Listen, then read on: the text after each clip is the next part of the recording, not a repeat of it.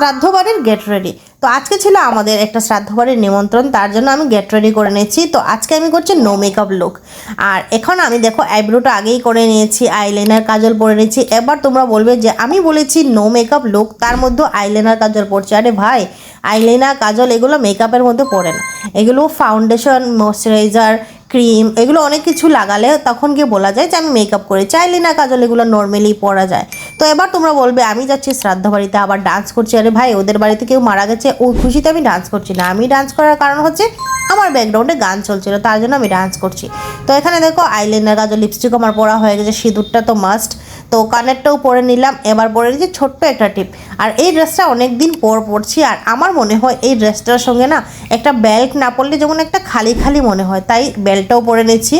আর সব সময় আমি কোথাও ঘুরতে গেলে একটা জিনিস প্রায়ই আমি মিস করি, যেটা হচ্ছে পারফিউম। তো আজকে একদম খেয়াল করে হাতের সামনে এনে রেখেছি যাতে আজকে এই পারফিউমটা মিস না করি।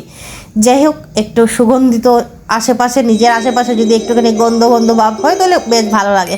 তো এখানে দেখো আমি প্রায় রেডি, পরার বাকি রয়েছে একটা জুতো। সাইডে পরে নিয়েছি ছোট্ট একটা ক্লিপ, যে ক্লিপটা হচ্ছে আমার বাচ্চার মেয়ের। তো ড্রেসের সঙ্গে জুতোটা একদমই মানাচ্ছিল না, কিন্তু এছাড়া আমার কাছে কোনো অপশন ছিল না। তো আমরা এবার রওনা হয়ে গেছি ওইখানে যাওয়ার জন্য। অটোতে করে চলে আসলাম ওইখানে। প্রথমে দিয়ে দিল মাখা প্রসাদ, তারপর অনেক নিরামিষ তরকারি ছিল যেহেতু শ্রাদ্ধ বাড়ি।